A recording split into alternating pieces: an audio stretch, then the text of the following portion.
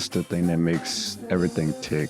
I mean, it fits every mood, it fits every personality. Like, you know what I mean? Like, I don't see the world like surviving without music. Music is this really glowing and bright, outspoken cultural ambassador. You know, it's a collective consciousness that's really made of people's perspectives and their tribulations or stories, oftentimes gone unheard, swept up and presented to the people in this way that's so intuitive, you know, really can say a lot without having to say much relatively, you know. I got the voodoo, the alligator who's screaming, shooby-dooby-doo, shooby-dooby-doo,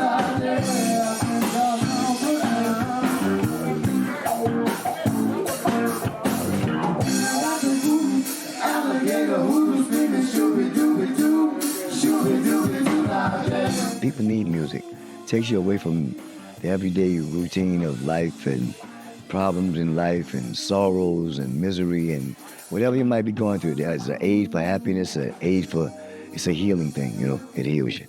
If you don't mind me reading something that I saw recently, it explains it much better than I could. It's Plato. Music is a moral law. It gives soul to the universe, wings to the mind, flight to the imagination, and charm and gaiety to life and to everything. I couldn't come up with that. It's really like a form of community, you know, it's something for people to do together, be in the moment. For me personally, I just grew up around it. My parents are musicians.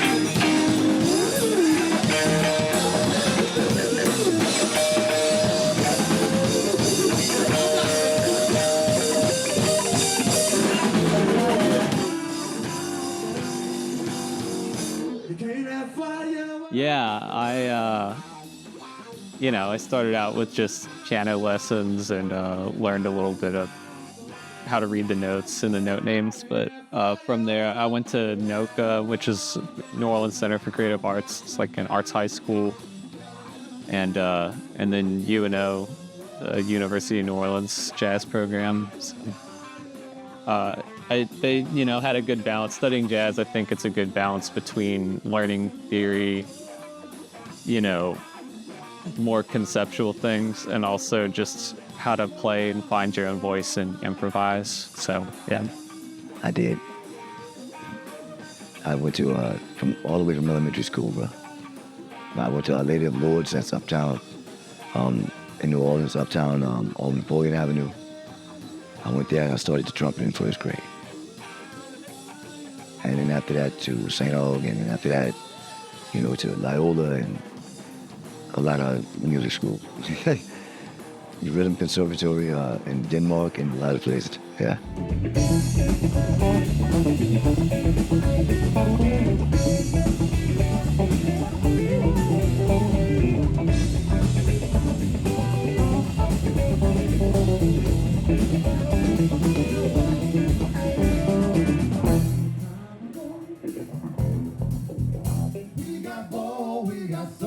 Probably walking around, bebopping, as my friend calls it, like singing or trying to make a groove with,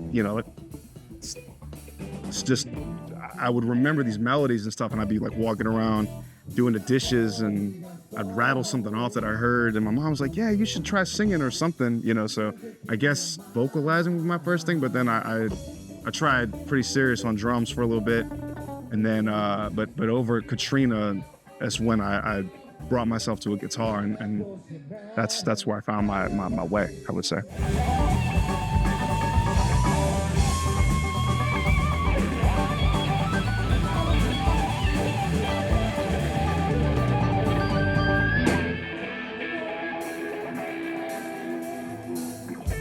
I practice on drums, man. I just put on Zig records, put on the Meters records, listen to Zig, put on like the live Neville Brothers shows. Like we have like a lot of like the Uptown All Stars stuff that they did at Phoenix. They have all type of stuff.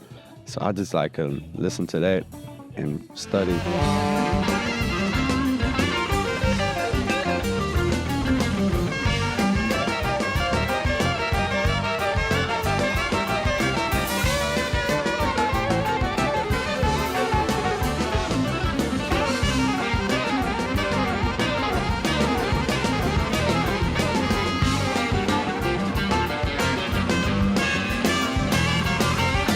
Play the music and just play to it. That's what my dad said that he always did.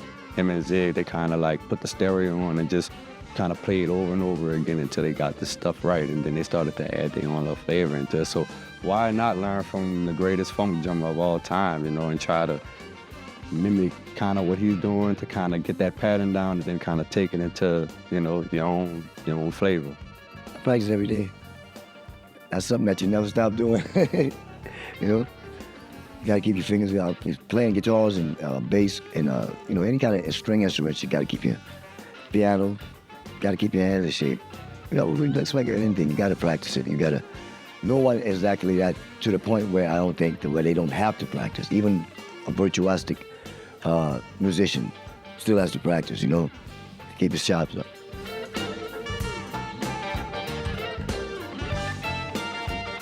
Woo!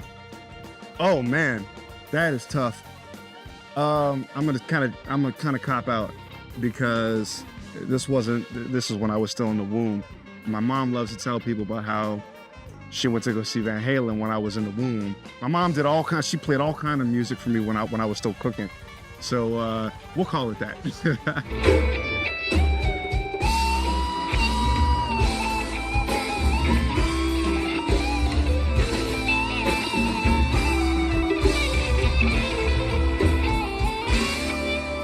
Probably my grandmother's voice singing to me when I was a kid.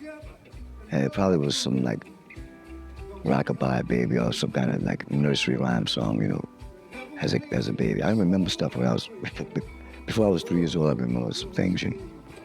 I now remember all the way back until 3, because they had some pretty shocking things that happened back in 1963 and, you know, in the 60s and stuff. So I remember a lot of my childhood.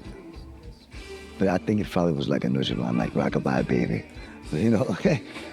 Pocket way. It's like hypnotize it, you know. So anytime I think about drums, and that's just like every time I think about just drums or playing a gig, that's the first thing I think about pocket way, because kind of like the base of New Orleans drum beat is the boom, boom, boom, boom, boom, boom, boom, boom, boom, boom. And that's kind of like the drive that drives the pocket way beat. So every time I'm around a drum set, hearing drums, anybody, any drum, I could be listening to freaking Neil Peart go from one side of the drum set to the other side. I'm still gonna think about pocket way.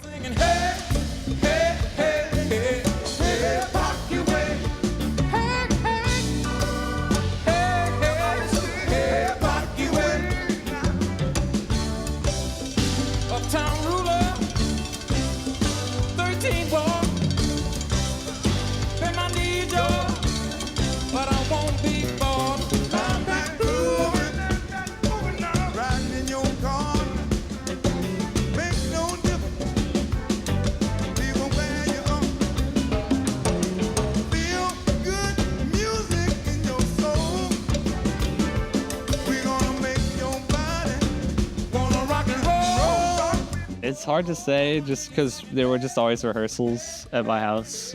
You know, my parents were rehearsing, but I guess one that came to mind is one I don't know who wrote it, if they all co-wrote it or not, but it was a band my dad was in called Twangorama. They had a song called Son of Samba, I guess.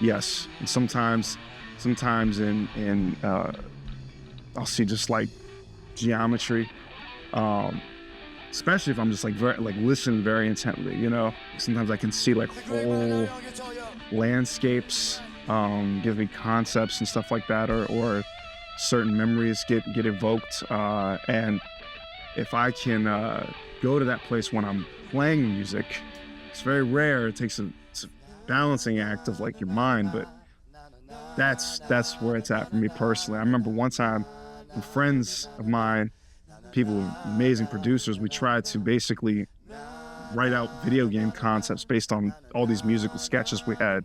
And that was some of the most fruitful music I've probably ever made in my life. Yeah. For some reason, like, when I listen to like Nirvana, it's like blue.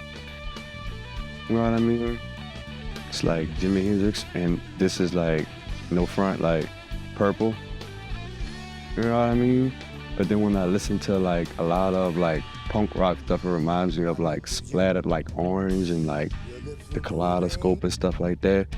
Then when I listen to like kind of like blues and shit, that's kind of like dark blue, which is when I listen to the other shit, it's kind of like a little bit of light blue.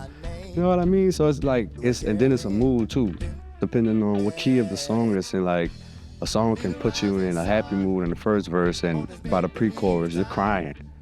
You know what I mean? So yeah, dude, that's how powerful music is, you know?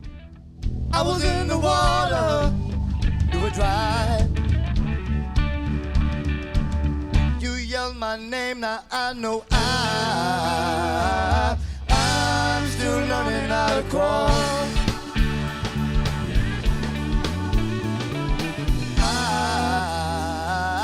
I'm still learning how to crawl. It's weird. It's because as you're playing, and you listen to, if it's been a bad situation, if you listen to the band and the music is gelling, then yeah, you see colors. You see, not as much as when you play alone or practice, you know, but especially when the band is together and everything is, your dialogue is happening and you're gelling with the band, then you actually see those colors, you know. And you can make music dark or light, you know. It's not a whole plethora of colors, it's just like a certain colors, you know what I mean? For me, that's what I see. In a vague way, I have color associations with like certain scales or modes. It's just like a vague feeling. It's not like synesthesia or anything. I'm still learning how to crawl. Some really musical geniuses. The universe. Mostly musicians. I get my inspiration from a lot of musicians. The ether, you know? Just living and trying to thrive. That's what it is to be a human. So You know what it means to miss New Orleans. And this love is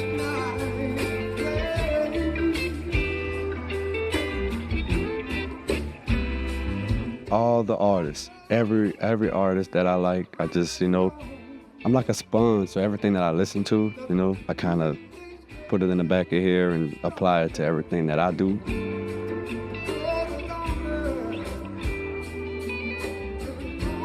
when the proverbial mask slips away and you don't have to think about anything anymore, your anxieties and whoever's anxieties, worries, concerns, problems, that it all falls away when you come together and play, because you come to a very natural state where you're all making something together, and ideas just kind of come to you and they just happen, and then everyone else responds and then synthesizes something out of it, and very naturally, like I said, without thought, y'all are making something together, you know? Improvising as a group and just following a thread that way, and you know, once in a while you have a cool telepathic moment with people. Creating something from nothing. Just the joy of making music together. I mean, we're so comfortable in each other's presence. We are basically free.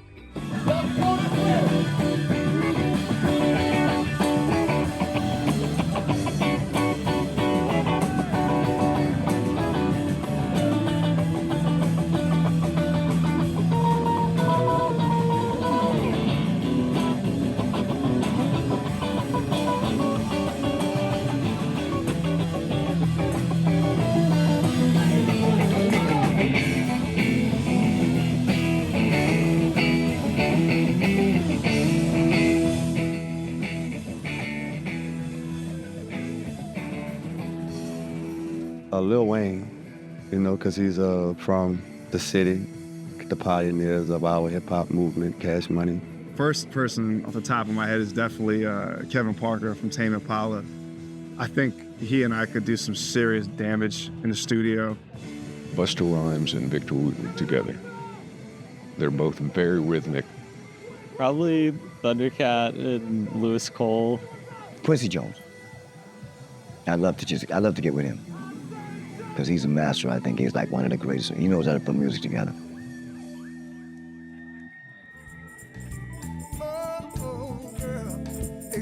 No Brothers.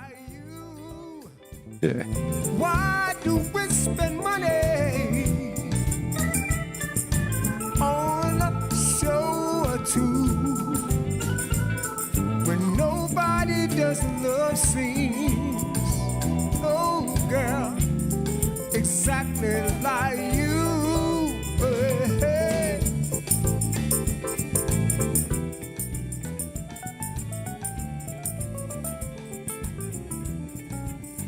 You got to give me a rain check on that question, but I can't answer it. I'm not right now. It would take me a long time to answer that question. That's a tough one. Ray Charles for one. Wes Montgomery. Jeff Beck. No, he's not American. Sorry. And neither is John McLaughlin. So, Jimi Hendrix, and I'd have to say Charles Neville. Yeah, I'm gonna go with Charlie Parker, John Coltrane, Donny Hathaway, and Stevie Wonder. Michael Jackson, James Brown, Prince, and Jimi Hendrix.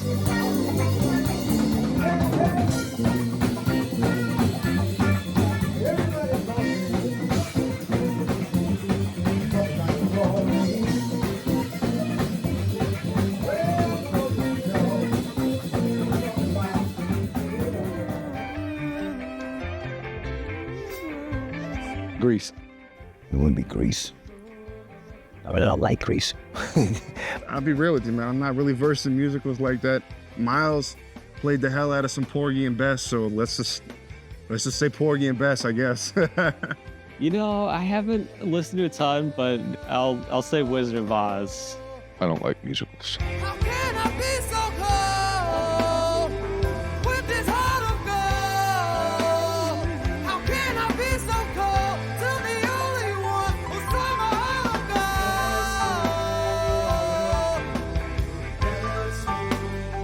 How can I be so cold?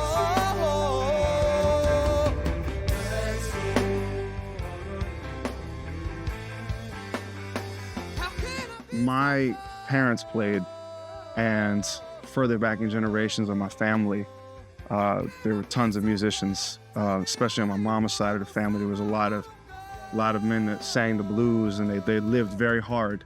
They lived destructive lives. They were gentle giants, so through it all, really beautiful people. I got to get close with a number of them in my early life before they passed. But you know, when I play, when I'm really playing, I feel that they're there with me.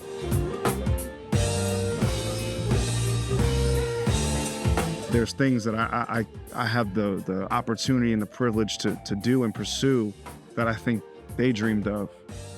And a lot of that fire is just passed on to me by some sort of birthright. And to be able to live up to that and to feel that when I play, and just to be able to kind of alleviate some generational curses through music, I'd say is probably the greatest thing I've done with my life up to this point. I have no clue. I haven't done it yet.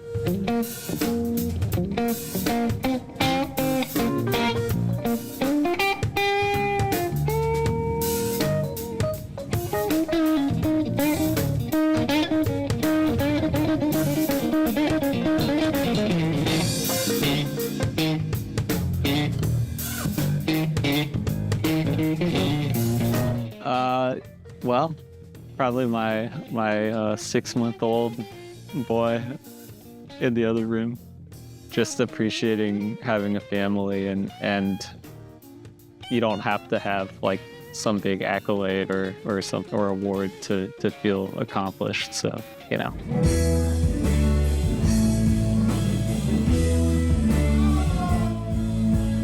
music doesn't have to be a job. You know, one of my old teachers was saying, hey, human beings have been playing music since probably we've been around. So it way before you had a career or anything. So, you know, I would just want it to be part of my son's life, something he does, something he can do with his family.